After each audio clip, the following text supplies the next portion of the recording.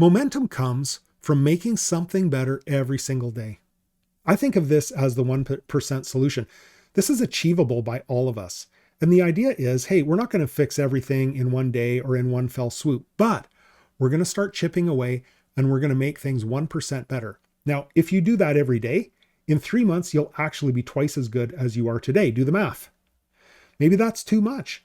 What if you made things 1% better every week?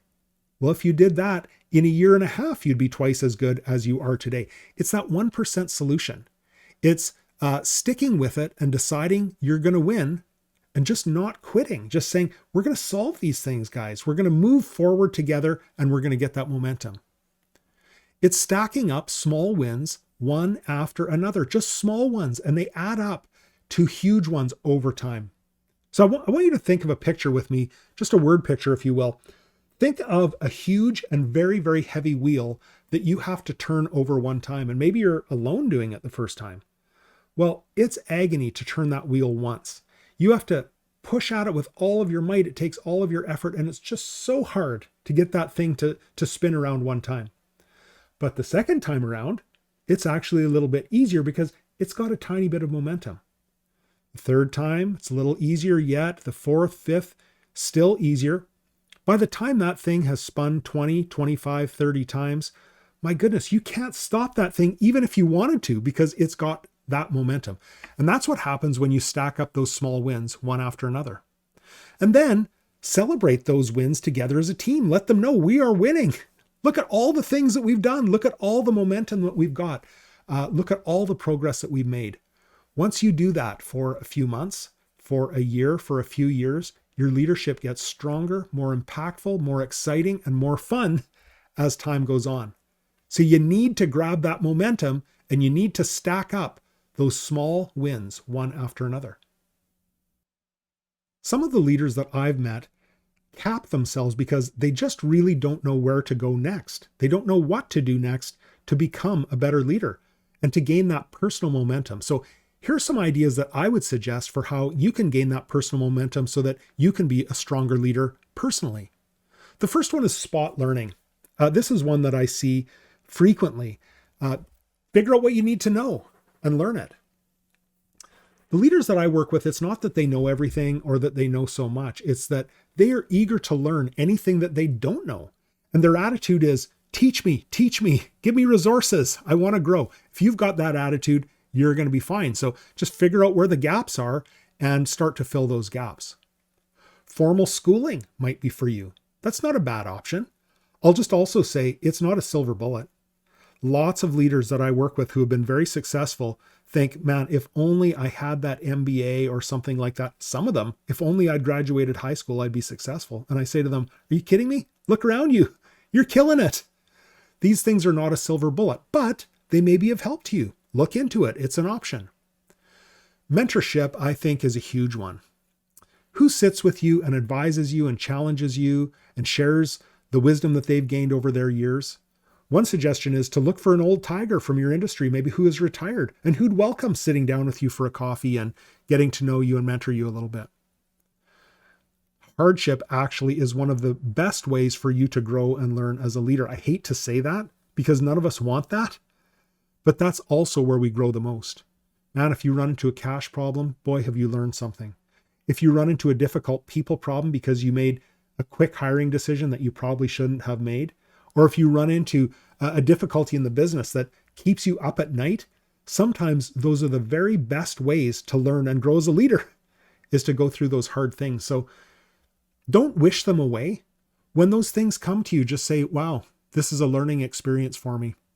One of my old bosses and mentors always used to say that he had a PhD because he had been poor, hungry, and desperate.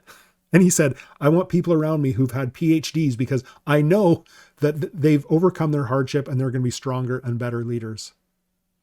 Just remember that it's your job as a leader to get yourself fired up. So what does that mean for you? Is it listening to a podcast? Is it reading a book? Is it going off somewhere to a conference? Is it getting together for breakfast with other enthusiastic people? Find what that is and get yourself fired up, because probably no one is going to do it for you. You need to take responsibility for that in your own life.